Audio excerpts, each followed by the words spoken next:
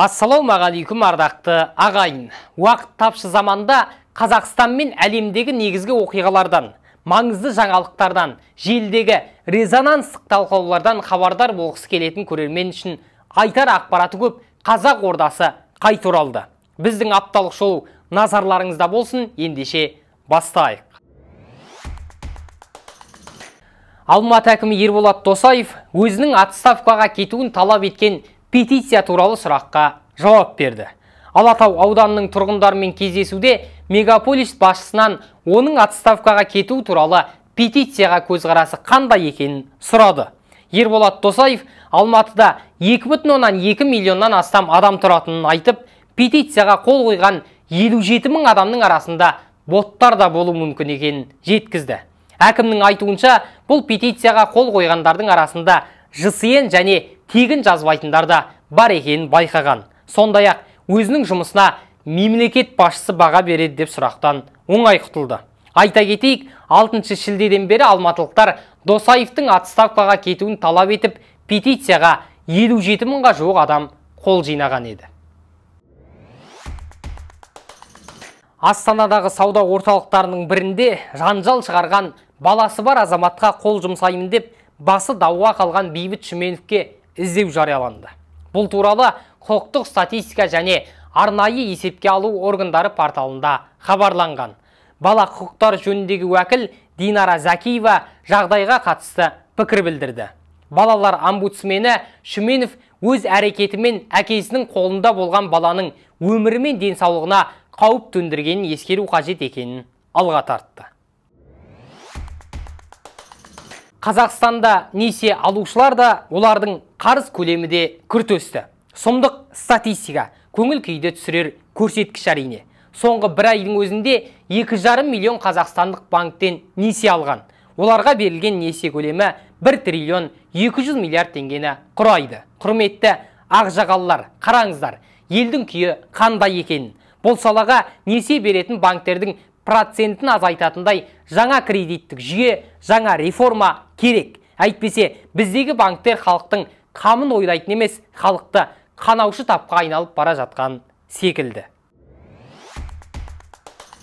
Мемлекеттік күзет қызметі енді Қазақстан Республикасы тұңғыш президенттің қауіпсіздігіне жауап бермейді. Тиісті жарлыққа Қасым-Жомарт Тоқаев қол қойды. Бұдан бұлай, мемлекеттік күзет қызметі Қазақстан Республикасы президентінің және басқа да күзетілетін адамдардың қауіпсіздігін қамтамасыз ету, күзетілетін объектілерде және күзетілетін адамдардың басқа да болатын жерлерінде мүлікті қорғау, қоғамдық тәртіп пен қауіпсіздікті қамтамасыз ету, өз өкілеттіктері шегінде терроризмге қарсы іс-қимылды жүзеге асыру сынды бірқатар міндеттерді атқарады. Бұрын мемлекеттік күзет қызметі Қазақстан Республикасының тұңғыш президенті елбасының қауіпсіздігін қамтамасыз етті. Сондай-ақ Назарбаевтың өміріне, денсаулығына, қадір-қасиеті мен мүлкіне қарсы құқық бұзушылықтарды анықтау, алдын алу және жолын кесу міндетін атқарды. Енді бұл тармақтар мемлекеттік күзет қызметі туралы ережеден алынып тасталды. Жарлық 2023 жылға 4 тамыздан бастап қолданысқа енгізіледі. Ескі Қазақстанға егелік қылған Назарбаевтың күш қуаты бірте-бірте азайып келе жатқанын байқап отырмыз. Бұлай жалғаса берсе, Назарбаевтың Трамп секілді сотқа шақырылуы да әбден мүмкін. Осы аптада цифрлық даму, инновациялар және аэроғарыш өнеркәсібі министрі Бағдат Мусин айды аспанға бір шығарды. Ел таңғалатындай министр не айтты дейсіздер ғой? Бағдат Мусин Астана интернет жылдамдығы бойынша Токионы басып озды дейді. Қалай ойлайсыздар? Министр тек Ақорда аумағындағы жағдайды айтты ма, әлде бұл тұтастай елордаға қатысты пікір ме? 5G түгілі осы заманда қарапайым байланыс келмеген ауылдар бар. Сол себепті бұл ретте өзімізді технологиясы секунд санап дамитын жапондықтармен салыстыру жөн болмас сірә. Сіздер қалай ойлайсыздар, құрметті көрермен? Пікір алаңына жаза кетіңіздер.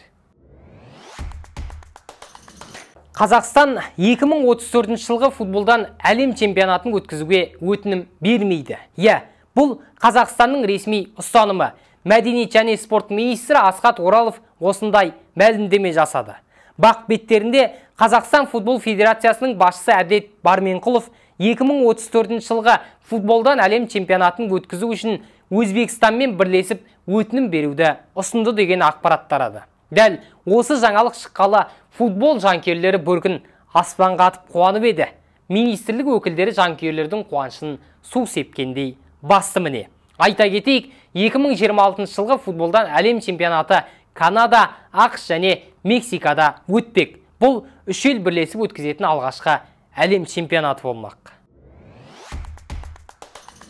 Қасым-Жомарт Тоқаев қорғаныс министрі Руслан Жақсылықовты қабылдап, қарулы күштердің жауынгерлік дайындығын күшейту туралы тапсырма берді. Алмағайып заманда қуатты әскердің болғаны жақсы әрине, бірақ өз аяғымен барып табытпен оралатын сарбаздардың өліміне кім жауап береді? Әскерде көз жұмғандар туралы ақпаратқа елдің еті үйреніп кеткен тәрізді.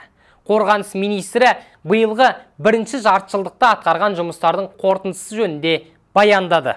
Тоқаев жоғарғы білім және ғылым министрлігімен бірлесіп білім алуға жеңілдік беретін квоталар бөлу, мерзімді әскери қызметін өтегендерге мемлекеттік білім гранттарын ұсыну, сондай-ақ олардың заңнамалық тұрғыда бекітілуін жалғастыру мәселесін назарға алды.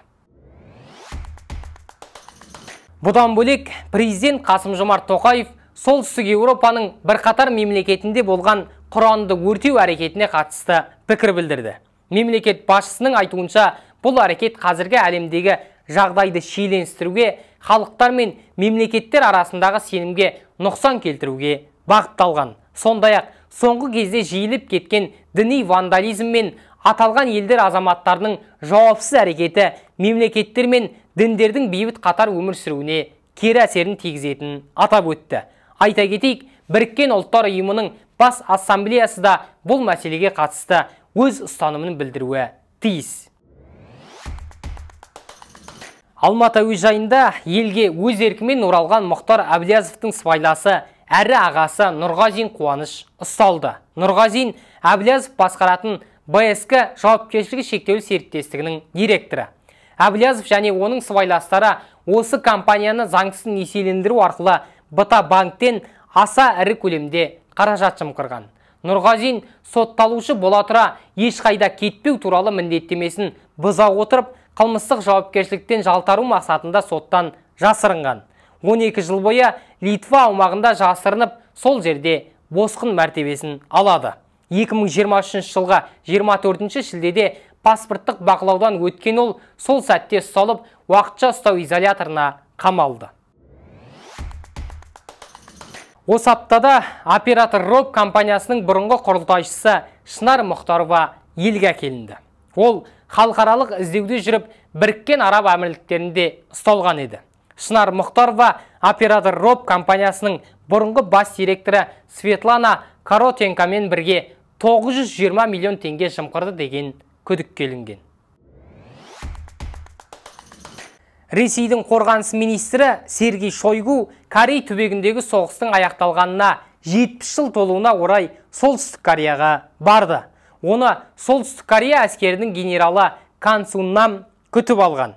Ресей қорғаныс министрлігінің телеграм арнасында бұл сапар Ресей Солтүстік Корея әскери байланыстарын нығайтуға ықпал етеді және екі ел арасындағы ынтымақтастықты дамытудың маңызды кезеңі болады деп жазылған. Кейін Ким Чен Ын Сергей Шойгуды қару-жарақ және әскери техника көрмесіне алып барды. Онда Солтүстік Кореяның жаңа дрондары таныстырылды.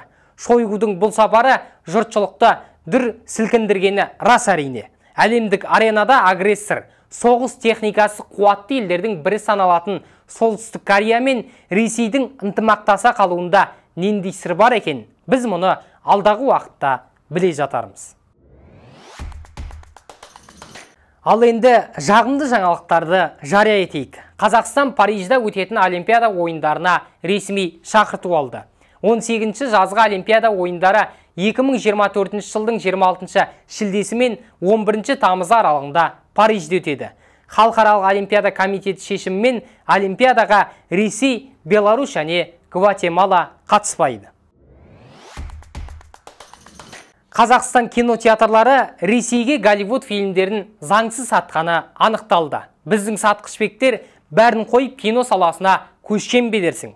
Голливуд компаниялары Қазақстан Ресейге фильмдердің пираттық көшірмелерін жіберетінін анықтады. Бірақ нақты қай кинотеатрлар екені белгісіз. Айта кетейік, соңғы шыққан Барби мен Оппенгеймер фильмдері санкцияланған Ресей елінде көрсетілмейді. Алайда аталған фильмдер ресейлік үлкен экрандарда жүр. Алып сатарлық күн көрістің бір түрі. Бірақ осылай жасаймын деп санкцияның сергелдеңіне түсіп жүрмейік ағайын. Ардақтаған құрметті көрермен, осымен қазақ ордасының қазақ тіліндегі апталық шолу тәмам. Арнаға жазылыңыздар, осы бейне жазбаны таратыңыздар, қоңыраушаны басыңыздар. Жақсылық Зейнешев, жақсылықта жолыққанша ағайын.